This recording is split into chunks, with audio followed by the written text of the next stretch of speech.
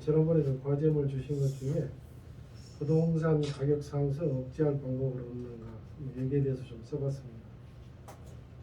현 정부에서 공급한 주택 물량이 역대 정부에 비교해 가지고 최대 수준이라는 점을 강조한 것과 관련해 역대급 공급 물량에도 불구하고 왜 집값 또한 역대급 상승을 기록했는지 관심이 모인다.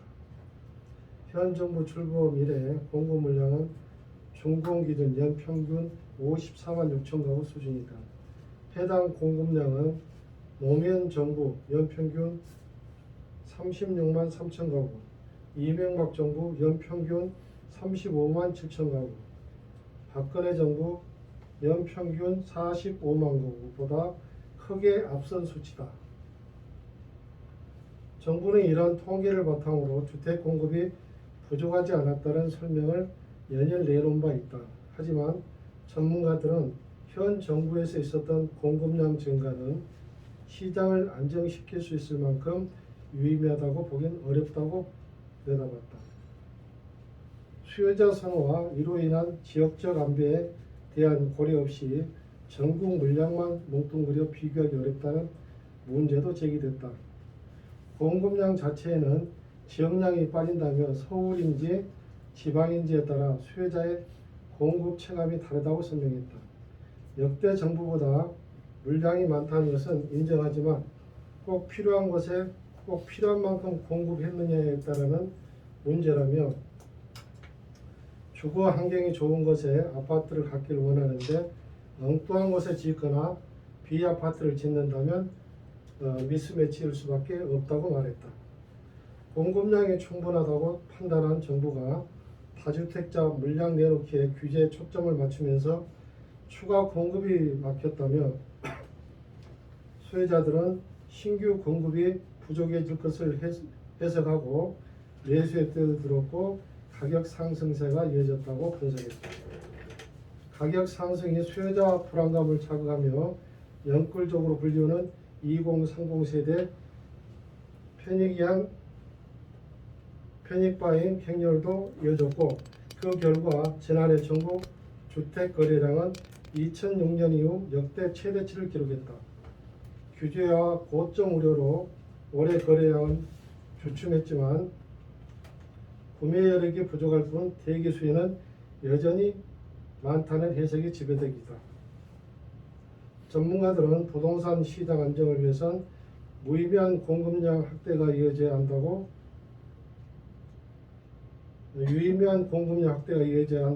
제언했다. 도심 재정비 사업 활성화를 통해 수도권 도심에서 공급량을 확대하고 이를 통해 양질의 주택을 공급해야 한다며 지속적인 주택 공급 시그널을 줘야 매수 관점에서도 조급하게 진입하지 않을 수 있다고 말했다. 전문가들은 방향성과 분석은 다양하며 수만 개의 다양한 의견이 있을 수 있습니다. 이렇게 복잡하고 다양하게 이해관계가 얽혀있는 부동산 정책은 어느 정부에서나 크나큰 부담이며 실적이라고 말할 수 없으며 계속된 시행착오를 줄여 결과물을 얻어내야 하는 과제라 생각하며 이미 시행되고 있는 정책이지만 좀 더 강력한 제도적 보완과 강력한 시행이 필요하다고 생각합니다. 첫 번째로는 분양가 상한제 전지역 적용.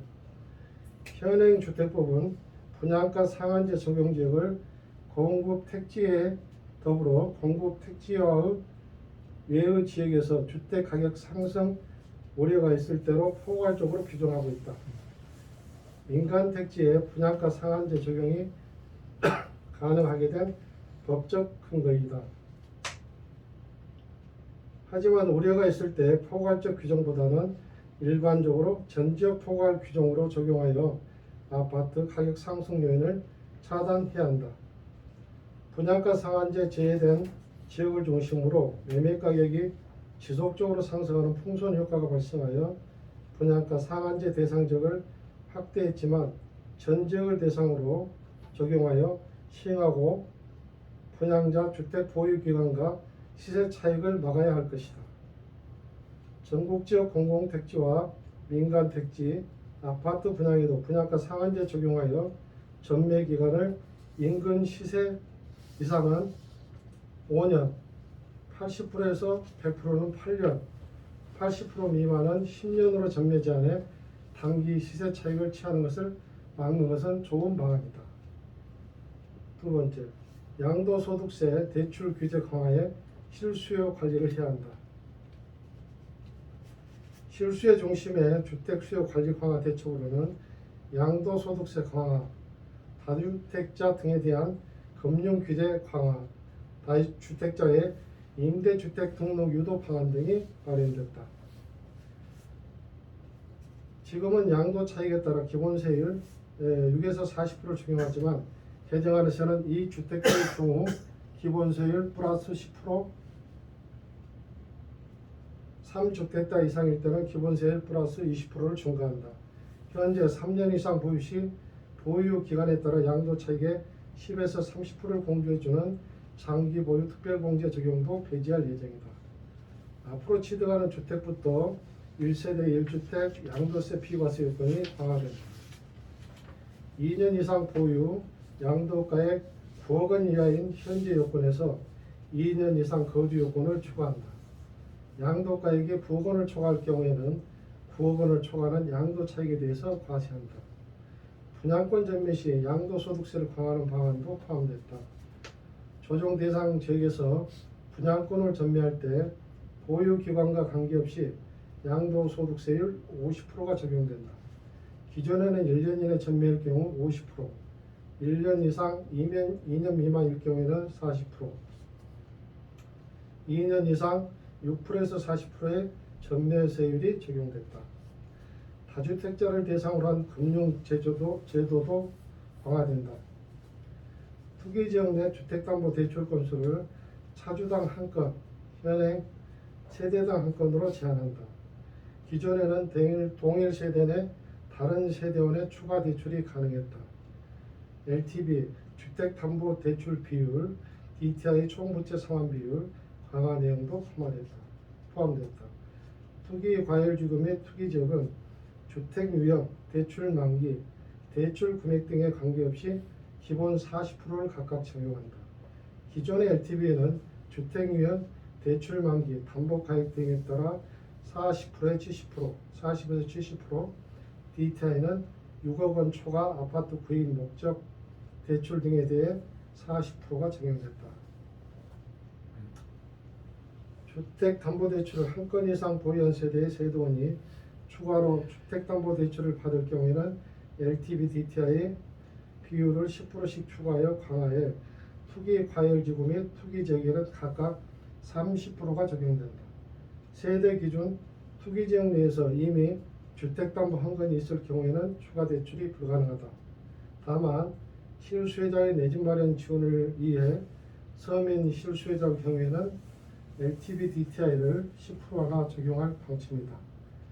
무주택세대주 부부 합산 연소득 6천만 원 이하, 투기 과열지구 투기지역 주택가격 6억 원 이하, 조정 대상 지역 5억 원 이하의 등의 조건을 갖춰야 한다. 중도금 대출 보증 건수도 제한된다. 주택도시보증공사라든가 주택금융공사, 중도금 대출 보증을 1인당 통합 2건 이하에서 세대당 통합 2건 이하로 제한한다.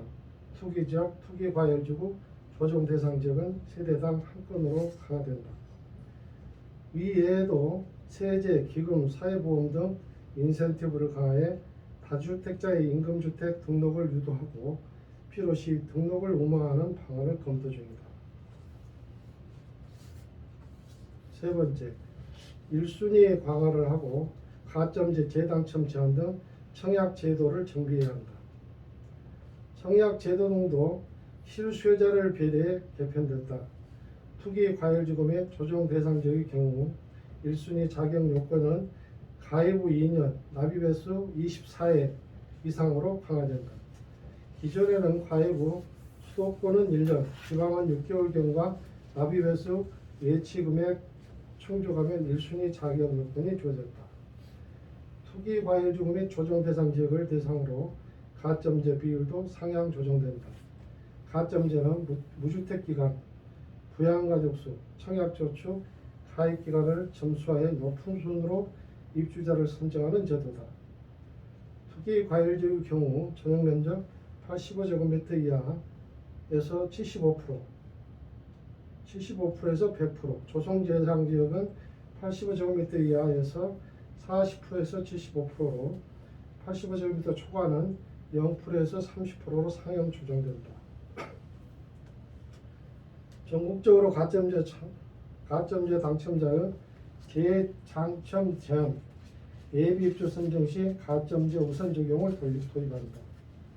가점이 높은 무주택자가 지방 인기 민영 주택의 분양권 전매를 반복하는 것을 막기 위해 가점제로 당첨된 자와 당첨된 세대의 세동원에 대해 2년간 가점제 적용을 배제한다. 계약 포기분에 대해 예비 입주자를 선정할 때 적용했던 추첨제는 가점제 우선 적용으로 변경한다. 무주택 세대의 당첨제를 확대하고 고의, 미계약 물량에 대한 불법 행위를 차단하기 위한 조치이다. 투기 수요가 다수 유입된 지방 민간 택지에 대해서도 전매 제한 기간을 설정한다. 청약 과열이 우려되는 지역에 대해서는 지방광역시 민간 택지일 경우 6개월, 조정 대상 지역으로 선정된 부산 7개구의 경우 1년 6개월 또는 소유권 이전 등기시로 설정한다. 청약 과열이 발생한 오피스텔에 대해서도 규제가 들어간다. 투기 과열지구 조정 대상 지역의 현행 수도권 투기 과열지구와 동일 수준의 전매 제한 기간을 설정하고 거주자 우선 분양을 적용한다. 일정 세대 이상의 오피스텔을 분양할 경우 인터넷 청약 제도 등 제도 개선을 실시할 방침이다. 이런 부분은 지금 현재 실시하고 있습니다. 네 번째로 무주택자 공공임대주택 및 신규 택지 공급 확대. 과도한 규제를 풀고 무주택자를 위한 임대주택 다양화, 장기 임대주택을 공급하여 서민 입지를 위한 장기 저리의 금융 혜택을 지원하며 임대 기간 이후 주택을 소유할 수 있는 제도적 보완이 필요합니다. 재건축 재개발을 위한 규제 완화, 용적률 완화 등도 중요하지만 최우선적으로 신규 택지 공급 확대를 해서 공급 물량을 지속적으로 늘려야만 부동산 가격 상승을 억제할 수 있습니다. 주택은 투자보다는 실소유 개념으로 봐야 합니다. 주택 소유자에게는 원칙적인 법 적용을 무주택자 및 실소유자에게 일괄 규제가 아닌 핀셋 규제 완화를 통해 주택이 꼭 필요한 사람들이 피해를 입지 않는 선별적 정책이 필요하다고 생각합니다. 네, 이상입니다. 박수. 연구 많이 하셨네요. 질문.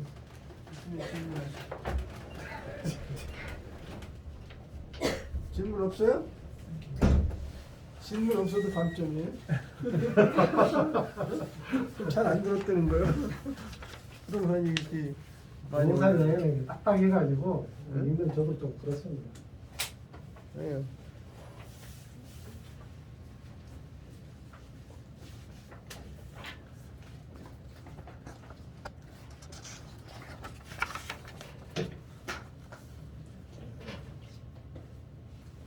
질문이 없어요. 질문 연구를 많이 하셨는데 오히려 지금 현 정부 부동산 정책보다 더 훨씬 더 연구를 많이 하셨는데.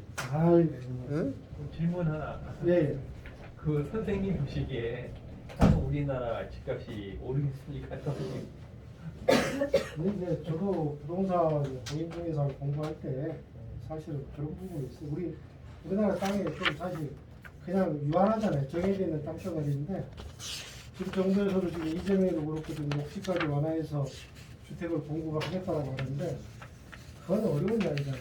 실질적으로 녹지 다 없애면 우리나라 그 다음 세대는 어떻게 해야 되겠습니까? 그러니까 그런 실현 불가능한 이야기를 할 게 아닌데 지금 재건축이라든가 재개발 쪽에 용적률을 상향해주고 지하철도 대로 그런 부분이어야 되는데 그걸 가지고서는 실제 실수요자 공급을 맞출 수가 없잖아요. 신규 택지를 계속 개발을 해서 그 뭐 기본적으로 몇십만 원을 계속 꾸준히 공급을 해줘야만이 가격도 좀 줄일 수 있고 이런 부분이 되는데 그게 사실은 각 정부마다도 그 숙제고 과제인 것 같아요. 좀 어려운 이야기인데 이제 그 뭐 요즘 최근에 뭐 광명이라든가 어디라든가 지금 뭐 의왕 이런 데도 다 신규 택지점 개발을 해가지고 상기 공급까지 하고 그러잖아요. 근데 그런 부분들을 계속 지속적으로 해가지고 이게 물량이 끊기진 않아야 되겠죠. 계속 그래야 부동산 가격도 안정이 되고 어떤 그 실수요자들도 내가 어떤 순간에 그런 좀 조급함이 없이 그대로 그냥 물 흐르듯이 자기가 좀 소유할 수 있는 생각이 드는데 그냥 공급을 했다 어느 순간에 끊겨버리니까 아 이제 집 없이 못 써요. 그러고 그냥 요즘 말하는 2030 막 영끌하듯이 막 사들이니까 주택가격이 올라갈 수밖에 없죠. 그래서 지금 현재 그 정부에서 검증 정책으로 지금 현재는 지금 뭐 서울이나 뭐 부산이나 어디나 뭐 0.몇 %씩 가격이 떨어진다고 하는데 또 전문가들 이야기로는 내년에 주택 공급량이 적다는 거예요. 그래서 결과적으로 대선이 끝나고 나면 내년 하반기면 다시 가격 상승이 올라갈 것이다. 이렇게 지금 전망들 하고 있는데 또 사실은 그 사람들 보는 게 맞더라고. 종적으로 이미 지금 보면 주택 공급량이 얼마만큼 짓고 뭐 한다는 게 다 데이터상으로 나와 있으니까. 그래서 제일 이제 좀 없는 사람들 입장에서는 말 그대로 물량이 넘치면 가격은 떨어지게 돼 있죠. 예. 항상 그렇듯이 실제 공급량을 계속 신규 주택을 계속 공급해야만이 가격 좀 안정이 되고 또 서민들도 좀 저렴하게 집값을 좀 덜 지불해서라도 내 집 마련할 수 있지 않을까 이렇게 생각합니다. 수고하셨습니다.